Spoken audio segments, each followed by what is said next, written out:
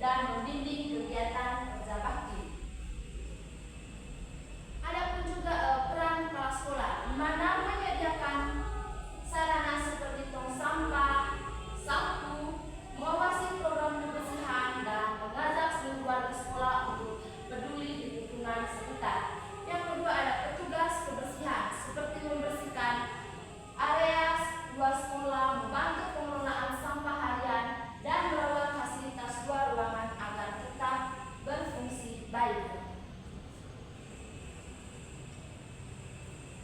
Baik, selanjutnya ada langkah hidup bersih. Langkah hidup bersih itu seperti selalu membuang sampah ke tempatnya. Yang kedua, mencuci tangan sesudah dan sebelum makan. Yang ketiga, membersihkan meja setelah belajar. Dan yang keempat, plastik yang plastik atau bawa botol minum sendiri.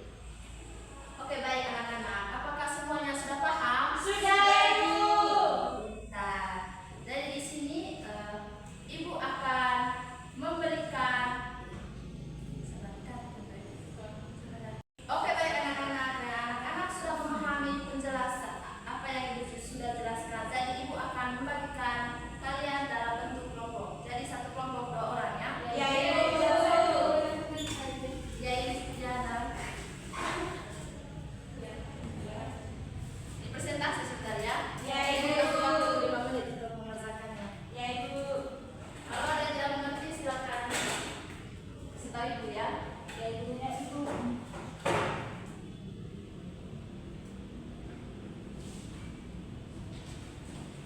Sudah? Ibu. Ya. Mau tanya, Ibu, bagaimana ini, Ibu?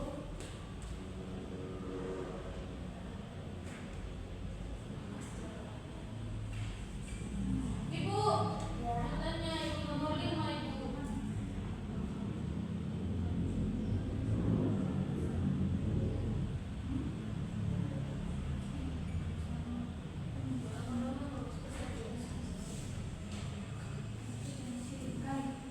Kan presentasi apa? 3 dengan 4 ini.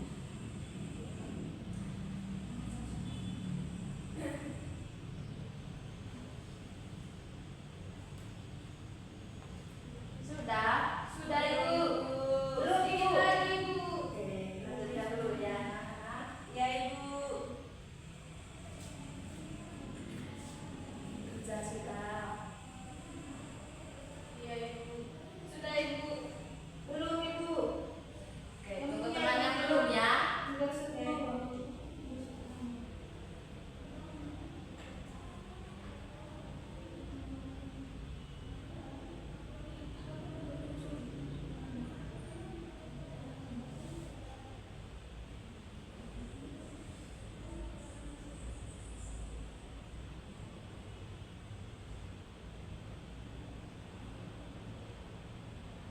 Sudah?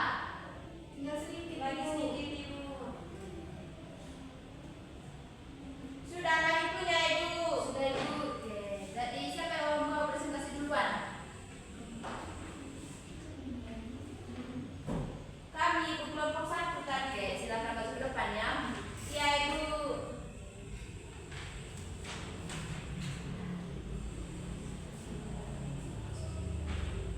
Ibu guru dan teman-teman, saya perwakilan dari kelompok 1 akan mempresentasikan hasil diskusi kami. Jadi teks cerita kasusnya yaitu hari Jumat ini sekolah mengadakan kerja bakti membersihkan halaman. Banyak balon kering berserakan. Puri memilih duduk santai di kantin sambil bermain game karena merasa kebersihan adalah tugas petugas kebersihan. Di sisi lain, Andi dan Siti dengan sigap mengambil sapu dan bekerja sama mengumpulkan dalam kerinduan tanggung jawab dan peduli. Pertanyaannya, yang pertama, analisis sikap. Apakah sikap Budi mencerminkan kerjasama dan rasa peduli? Jelaskan. Jawabannya yaitu belum, karena Budi bersikap pasif, malas, egois, dan melimpahkan tanggung jawabnya kepada orang lain. Nomor 2-nya, akibat buruk. Jika semua siswa bersikap malas seperti Budi, apa akibatnya bagi sekolah?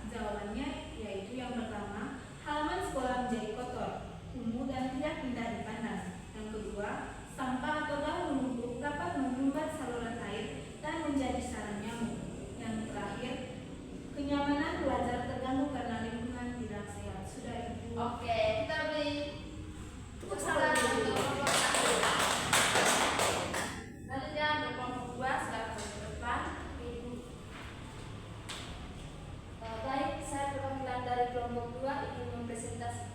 Jadi teks cerita kasus.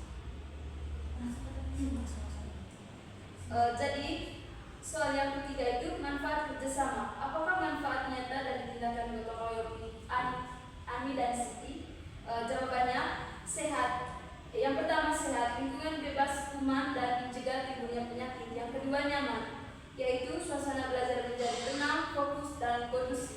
Yang ketiga indah, halaman sekolah terlihat rapi, bersih, dan asri dipandang. Yang keempat soal solusi atau kalimat ajakan. Buatlah satu kalimat ajakan yang sopan agar Budi mau ikuti bekerja sama.